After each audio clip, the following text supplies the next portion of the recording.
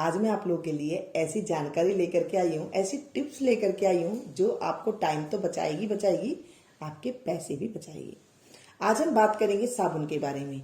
साबुन हर घर में होती है, बाथरूम में हर घर में साबुन में यूज में ली जाती है। लेकिन साबुन जब हम पहले लगा लेते हैं ना, उसके बाद ऐसा पतला सा टुकड़ा बच जाता है। जब हम इसे लगाने की कोशिश करते हैं या तो वो टूट जाता है या फिर छोटे टुकड़े हो जाते हैं। छोटे छोटे टुकड़े हो तो भी आप इसे ले सकते हैं, या फिर ये पतला टुकड़ा हो गया तो भी आप ले सकते हैं। उसके बाद घर में कोई पुरानी जुराब हो, सॉक्स जो बच्चों की हो या फिर बड़ों की हो, कोई भी मर्जी सॉक्स हो, थोड़ा पतला सा हो, सूती मोटी सॉक्स हो ना, वो नहीं लेनी है। जो सूती ऐसी पतली सी हो, सॉक्स घसी हुई सी, वो आप ले लें। और इस तरह से लेने के बाद ना, ये क्या होता है, एकदम बिल्कुल छलनी जैसी होती है सॉक्स। तो इसे हम क्या करेंगे, इसके बीच में जो ये देखिए इस तरह से जहां से हम पैर डालते हैं ना, इलास्टिक होता है, यहां से हम इसमें साबुन डाल देंगे। ये ना बहुत पुरानी प्रथा है, जब से साबुन जैसे इस तरह से हो जाती थी तो जुराब में लगा लेते थे। इससे ना कई बार क्या होता है, इसमें गांठ बांध के कई बार हम कपड़े वगैरह जो है धोना चाहते हैं, कपड़े धोने वाली साबुन भी आप इसमें यूज में ले सकती हैं।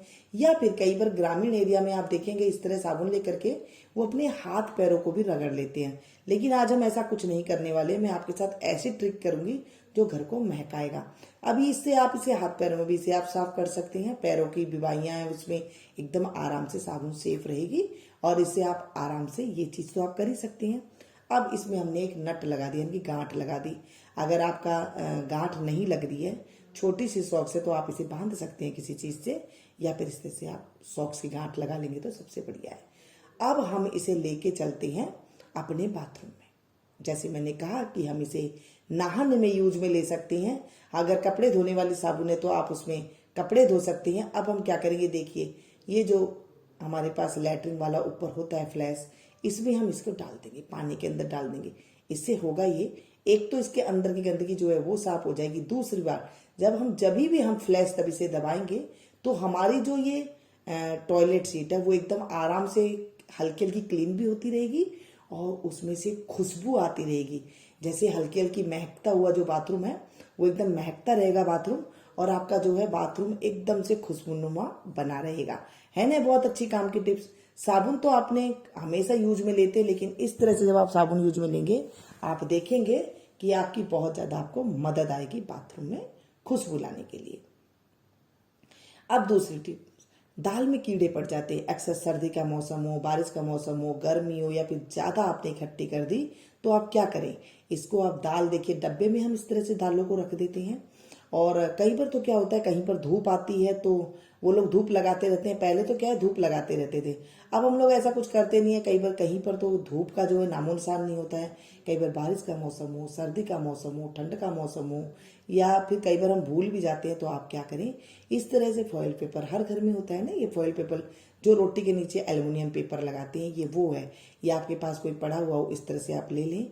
इसे हम ना छोटे छोटे से फोल्ड करेंगे। इस तरह से हम इसके 4 फोल्ड कर रहे हैं। आप ना इसे ज्यादा मात्रा में भी इसे आप कर सकते हैं, जैसे 7 से 8 पीठ भी इस पीस भी आप इसके इस तरह से कर सकती हैं। मैंने इसे 4 तरह के इस तरह से 4 बार मोड़ करके इसे आप मैंने फोल्ड कर दिया है। करने के बाद इसके इस तरह से 4 टुकड़े हो गए हैं। बीच में से इस तरह से हम इसे कट कर लेंगे। ये देखिए इस तरह से कट करने के बाद ना ये हमारे पास पीस आ गया है। इसे हम छोटी छोटी सी गोलियां तैयार करेंगे। जैसे गोलियां होती है ना छोटी छोटी तैयार, इसकी हम गोली तैयार कर लेंगे। अब इस गोली से होगा क्या, एल्युमिनियम पेपर में एक ऐसा होता है कि जिससे इसके ऊपर कभी भी कीड़े नहीं लगते हैं। आपने देखा होगा कभी हम जब इसे रखते हैं ना, हर चीज में कोई में कीड़े वगैरह आ जाते हैं, लेकिन एल्युमिनियम पेपर में जल्दी से कीड़े नहीं आते हैं। आज हम इसी का उपयोग करेंगे। तो दाल वगैरह में ना ये बहुत बढ़िया काम का होता है। मैं तो क्या करती हूँ, कई बार काम में हम इतने व्यस्त होते हैं कि हम दालों को धूप वगैरह नहीं लगा पाते हैं, या फिर इनको बहुत ज्यादा इनकी सुरक्षा जो है कई बार हम नहीं कर पाते हैं बारिश के मौसम में, तो लंबे टाइम तक दाल वगैरह चलनी होती है। मैंने पहले आपको एक बार बताया था, जब दाल की रेसिपी बताती हूँ ना, कई बार बताया था कि तेल भी लगा करके आप इसमें रख सकती हैं दालों में। हर दालों में आप तेल लगा के रख सकती हैं, या फिर आप इस तरह से एल्युमिनियम की जो छोटी छोटी सी ये गोलियां होती है, आप इसमें लगा करके इसमें डाल करके आप इसे रख सकते हैं। छोटी छोटी गोलियां बनाइए, बड़े आराम से बन जाती है, कोई टेंशन वाली बात नहीं है।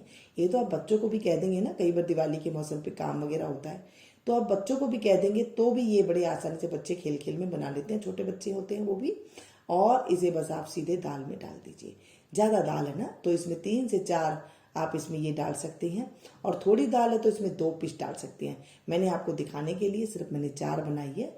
और इसको हम यूज में कैसे लेंगे, 1 पीस तो हम डालेंगे इसमें, जिसमें थोड़ी दाल है उसमें हम 1 पीस डाल देंगे।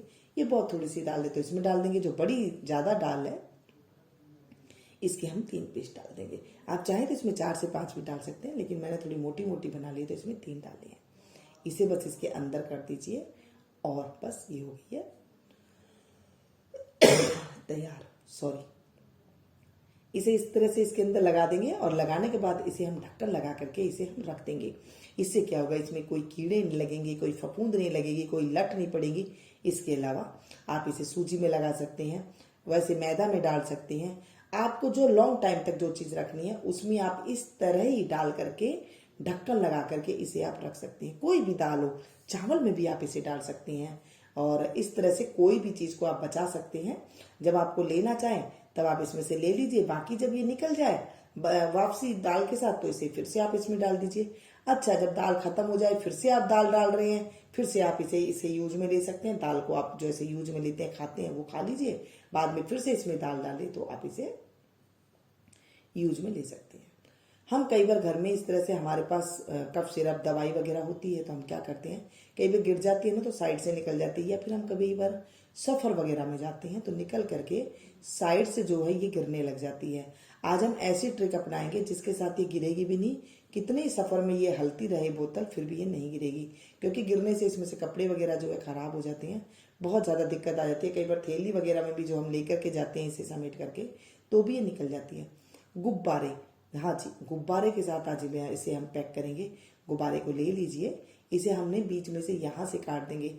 आप चाहे तो इस तरह से 2-3 बोतल भी कर सकते हैं। यहाँ पर से काट देंगे ना तो एक तो छोटी बोतल भी आप इसे यहाँ से रैप कर सकते हैं, एक यहाँ जो बड़ी बोतल है यहाँ से। अब ये गुब्बारा है मेरे पास छोटा, बड़ी बोतल होती है तो अब बड़ा गुब्बारा ले सकते हैं, बेलून जो आसानी से मिल जाता है कहीं पर भी। तो आप इसे ना इस तरह से, जब बड़ा गुब्बारा होगा, बड़ा बैलून होगा तो ये इस तरह से नीचे तक कवर हो जाएगी। जैसे मैंने कहा कि मेरे पास छोटा बैलून है तो ये ऊपर तक आ जाता है। जब बड़ा बैलून होगा तो इस तरह से आप कवर करके एकदम सफ़र में आराम से ले जा सकते हैं, कहीं पर भी एक बूंद भी नहीं गिरेगी। जैसे मैंने कहा कि ये छोटा गुब्बारा है तो यहाँ तक ही इसमें ये आ गया। अब ये कहीं पर भी मर्जी गिर जाए, कहीं भी ये एकदम नहीं निकलेगी। अच्छा, छोटे बच्चे होते हैं ना, उनके घर में ये बड़ी प्रॉब्लम होती है। छोटे बच्चे निकालने की कोशिश करते हैं, कई बार गिर जाती है तो ये निकलेगी नहीं, और बच्चा चाहे आराम से इसे कई बार छेड़ लेते हैं, नहीं दिखाई देता, तो ये जो है बिल्कुल नहीं निकलेगी। इस तरह से आप कोई भी चीज़, जैसे नेल से रिमूवर होता है उसे भी आप कवर कर सकते हैं। कोई भी चीज़ घूमती है वो आप इसमें लगा सकते हैं, जो भी चीज़ गिरती है। अब आती है आटा। हर घर में आटा छाना जाता है, आटा गूंदा जाता है हर घर में। प्रॉब्लम क्या होती है, जब हम इसे आटा को छानते हैं ना तो इसमें गांठें आ जाती है, या फिर आपको कुछ इसमें हाथ का प्रयोग करना पड़ता है। जैसे हाथ लगाना पड़ता है तो हाथ फिर में ना आटे में हो जाते हैं। आज देखिए, बगैर हाथ लगाए हुए आप कितना ही मर्जी आटा छान करके इकट्ठा करके रख सकते हैं। मैं तो ऐसे करती हूँ, कई बार ना पूरा कट्टा जो है, जो आटा पिसवा के लाते हैं उसे इस तरह से मैंने इसमें सिक्के डाल देती हूँ, और एक साथ सारा आटा छान करके टंकी में भर के रख देती हूँ। तो इससे क्या होता है, बहुत बढ़िया से आटा छन जाता है। अब आप देखिए, आप कहेंगे ऐसे कैसे, सिक्के तो हर घर में ही होते हैं।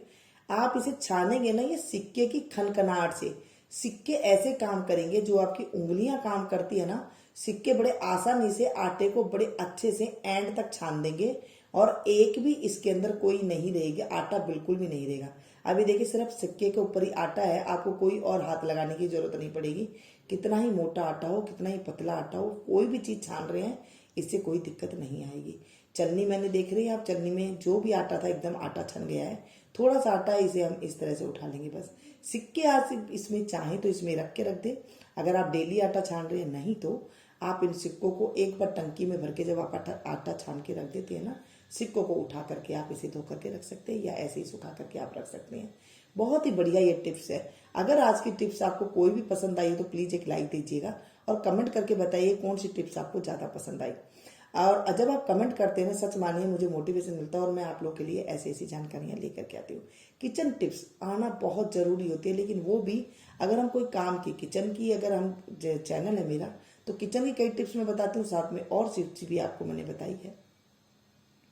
ये देखिए इस तरह से हमने छान कर, ना हमने लगाया हाथ, ना हमने कुछ किया, ना आटा इसमें से बाहर निकला, क्योंकि आटा भी जो है बाहर निकल जाता है। कईयों को जो नए बच्चे हैं उन्हें नहीं आटा छानना, वो बाहर निकालना है। अगर वीडियो पसंद आ रही है तो एक लाइक दे करके जरूर जाइएगा, इससे मुझे मोटिवेशन मिलता है। मेरे चैनल को अगर आपने सब्सक्राइब नहीं किया तो प्लीज कर लीजिएगा, ताकि आपको ऐसी ऐसी रेसिपियां देखने को मिलती रहे। वीडियो देखने के लिए आपका खूब खूब धन्यवाद।